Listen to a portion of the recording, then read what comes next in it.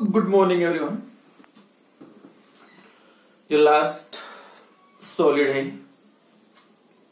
Classification of crystalline solid, that is 4 types. कौन कौन से थे? First, ionic solid.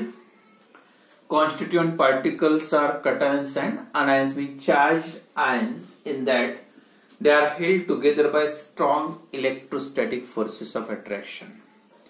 Second कौन सा? Covalent solid. In covalent solid, the constituent particles are atom and they are joined together by a covalent bond. And number 3, that is molecular solid. तो constituent particles से क्या होते हैं? Molecules होते हैं. Within the molecules, again covalent bond, but the bonding between the molecules, that is different types of intermolecular forces of attraction. That is जो अलग अलग है, डाइपोल अट्रैक्शन, डिस्पर्शन और लंडन फोर्सेस या हाइड्रोजन बॉन्ड्स. तो 3 type के solid हो गए थे. और लास्ट जो बचा है कौन सा है? Metallic solid. जो मेटल्स है, sodium, potassium, calcium, magnesium, all these are the examples of metallic solid. In metallic solid जो स्ट्रक्चर होता है इन मेटेलिक सॉलिड, अगर ये मेटेलिक शीट है तो इन मेटेलिक सॉलिड जो अरेंजमेंट होता है या कॉन्स्टिट्यूएंट पार्टिकल कौन से होते हैं, तो आप उसको एटम्स भी बोल सकते हैं. All these are the cations या मेटेलिक एटम. मतलब in metallic solid, this crystal, metallic crystal या metallic solid form by atoms of same element. एक ही एलिमेंट के atoms of same metallic element, and all that atoms, metallic elements बोलो, atoms of metallic element या cations, they are joined together by a metallic bond. और उसमें जो attraction होता है, bonding होती है, that bonding is called as the metallic bonding. तो metallic bonding का actual मतलब क्या होता है? That is free electrons.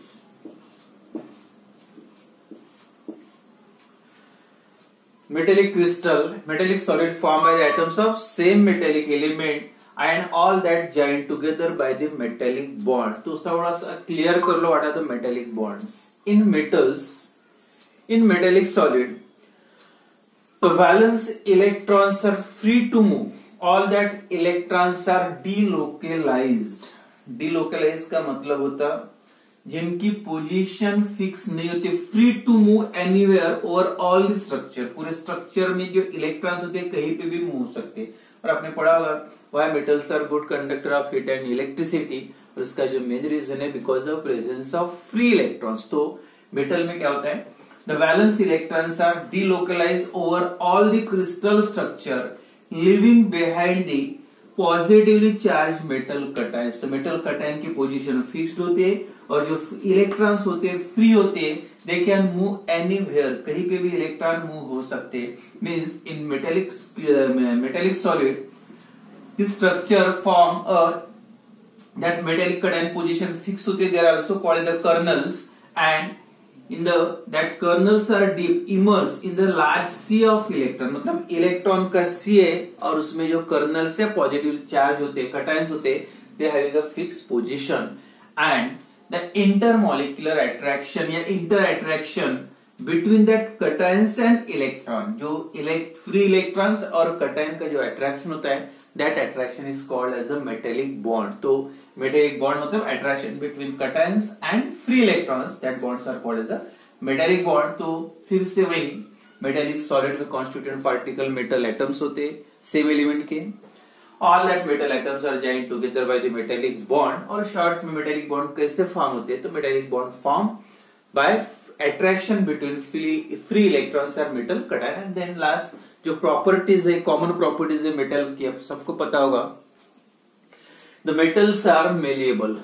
मतलब metals are malleable means they can be drawn या they can be hammered into thin sheet, यानी हैमर करके उसको थिन शीट में कन्वर्ट कर सकते हैं. Metals are malleable.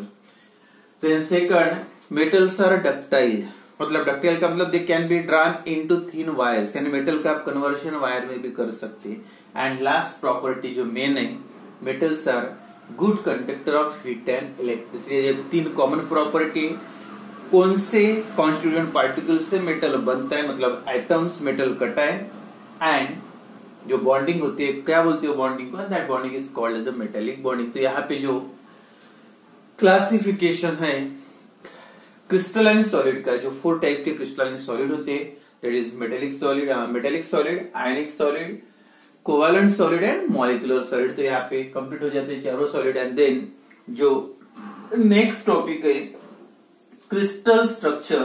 तो क्रिस्टल स्ट्रक्चर में 2-3 डेफिनेशन इंपॉर्टेंट है, याद रखो। तो क्रिस्टल स्ट्रक्चर का मतलब क्या होता है?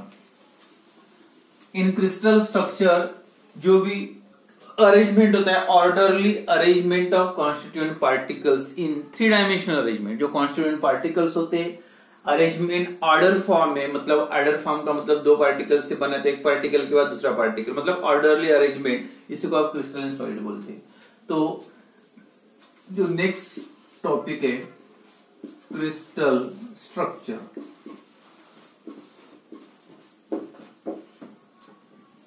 Crystal structure. The crystal structure is formed by when the atoms are orderly arranged in 3-dimensional structure that resulting into the formation of crystal structure। तो पूरे क्रिस्टल स्ट्रक्चर में कौन कौन से पॉइंट है, यहाँ पे जो हर पॉइंट्स को आप क्या बोल सकते हैं, डेफिनेशन क्या है, ये क्लियर करते। सबसे पहले ये टॉपिक में इंपॉर्टेंट पॉइंट है यूनिट सेल, जो डेफिनेशन भी आती है, व्हाट इज यूनिट सेल।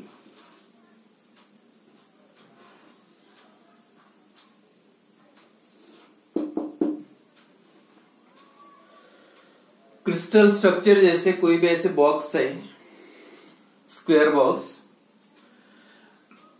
अगर एक के ऊपर एक, जैसे ये एक बॉक्स, पहले आप ऐसे लाइन बनाओगे, 1 डायमेंशन हो गया। अब एक डायरेक्शन में गए, अब दूसरे डायरेक्शन में जाओगे, मतलब ये अलोंग एक्स एक्सिस हो गया, अलोंग वाई एक्सिस, इस टाइप के एक के ऊपर एक रखे, ये हो गया 2 डायमेंशनल स्ट्रक्चर। अब 3 डायमेंशन का मतलब along Z axis. Z axis कैसे, अगर आपके एक के ऊपर एक ऐसे प्लेन बना, एक प्लेन के ऊपर दूसरा प्लेन रखोगे, रखते रखते पूरा क्रिस्टल 3 डायमेंशनल स्ट्रक्चर बन जाता है। 1 डायमेंशनल स्ट्रक्चर, प्लेन बना 2 डायमेंशनल में, और एक के ऊपर एक ऐसे प्लेन रखते जाओ तो पूरा क्रिस्टल स्ट्रक्चर फॉर्म हो जाता है। तो ये पूरे क्रिस्टल स्ट्रक्चर में ये जो एक बॉक्स है, स्क्वायर बॉक्स, मैंने ऐसे 2 डायमेंशनल दिख रहा, एक बॉक्स या इसका स्ट्रक्चर में 3 डायमेंशनल निकल रहा, देखो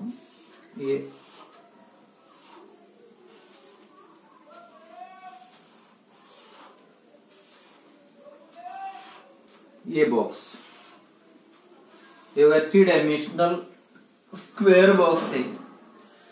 तो दिस बॉक्स, मतलब एक एक बॉक्स, इसको अलग से बताया मैंने ये। तो दिस बॉक्स को आपको क्या बोलना है, यूनिट सेल, मतलब जो तीनों डायरेक्शन में 3 डायमेंशनली अरेंज होता है, ऑर्डरली अरेंजमेंट। तो दैट रिपीट होने वाले, ये बॉक्स ऐसे रिपीट होते एक स्ट्रक्चर बनता है। स्मॉलेस्ट मतलब सबसे छोटा पार्टिकल, बहुत सारे पार्टिकल एक बॉक्स बना, कंबाइन होके क्रिस्टल स्ट्रक्चर फॉर्म होता है, मतलब crystal structure is obtained by joining the unit cell या crystal constituent particles that resulting in the formation of crystal structure. लेकिन ये जो एक बॉक्स होता है, ये बॉक्स को क्या बोलना है आपको, यूनिट सेल। तो उसके अगर डेफिनेशन आपको लिखना, व्हाट इज यूनिट सेल।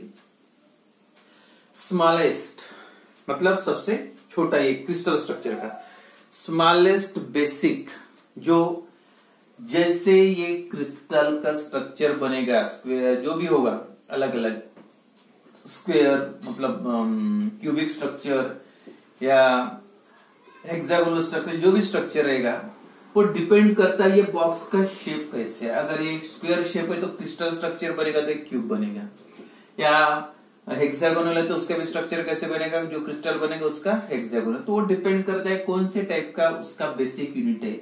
तो बेसिक स्ट्रक्चरल स्मॉलेस्ट, सबसे पहले इसमें ये छोटा particle, smallest basic structural unit of crystalline solid, जिसकी वजह से उसका स्ट्रक्चर डिफाइन होता है। तो स्मॉलेस्ट रिपीटिंग, जो रिपीट होने वाला बार बार, एक बॉक्स ऐसे smallest repeating structural unit of crystalline solid is called as a unit cell. तो ये डेफिनेशन इंपॉर्टेंट है. क्या है? स्मॉलेस्ट बेसिक रिपीटिंग और structural unit of crystalline solid. जो भी क्रिस्टलाइन सॉलिड है उसका smallest basic repeating structural unit of crystalline solid is called as the unit cell. तो यूनिट सेल की होगी definition.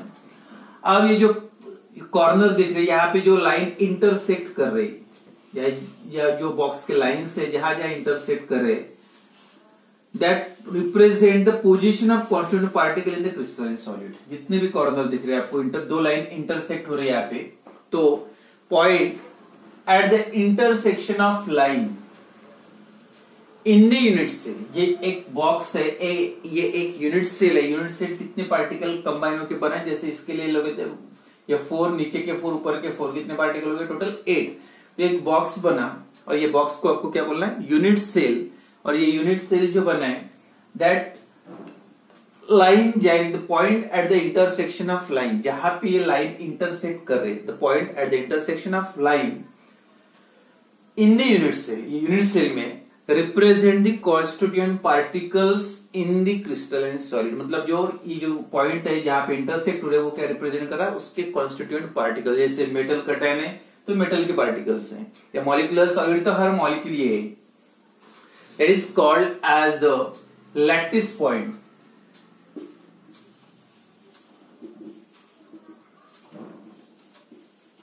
That is called as the lattice point. Lattice point की definition क्या है?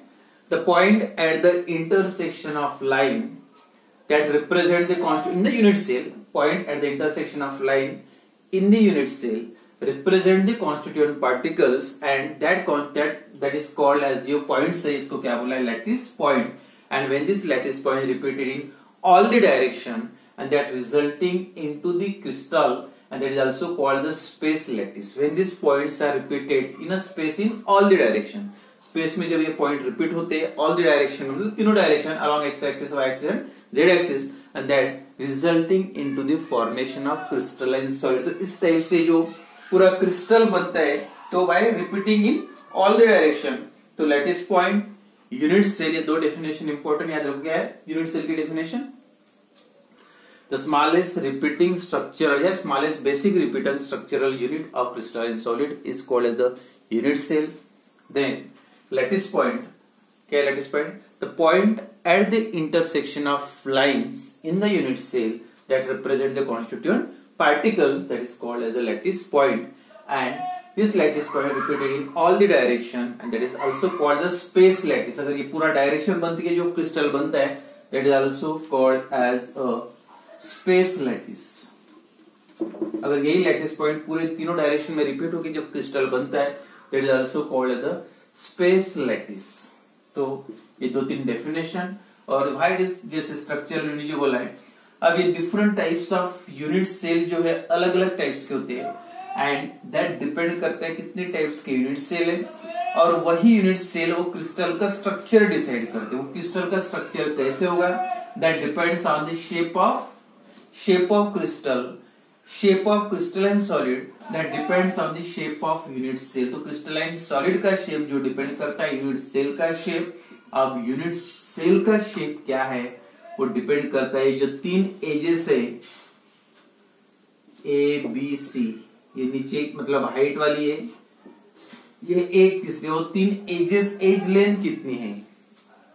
देन ये जो एजेस में एंगल्स है बिटवीन 2 एजेस, ये एंगल कितना है? 90 का है, लेस देन 90, ग्रेटर देन 90, 180, जो भी एंगल है वो बॉन्ड एंगल कितना है 2 एजेस का, और एज लेंथ क्या है, उसी के बेसिस पे जो क्लासिफिकेशन है. क्लासिफिकेशन ऑफ यूनिट सेल, तो different types of 7 there are unit cells है टोटल. मतलब वो जो क्लासिफिकेशन है किसके बेसिस पे? एज लेंथ एंड एंगल पे.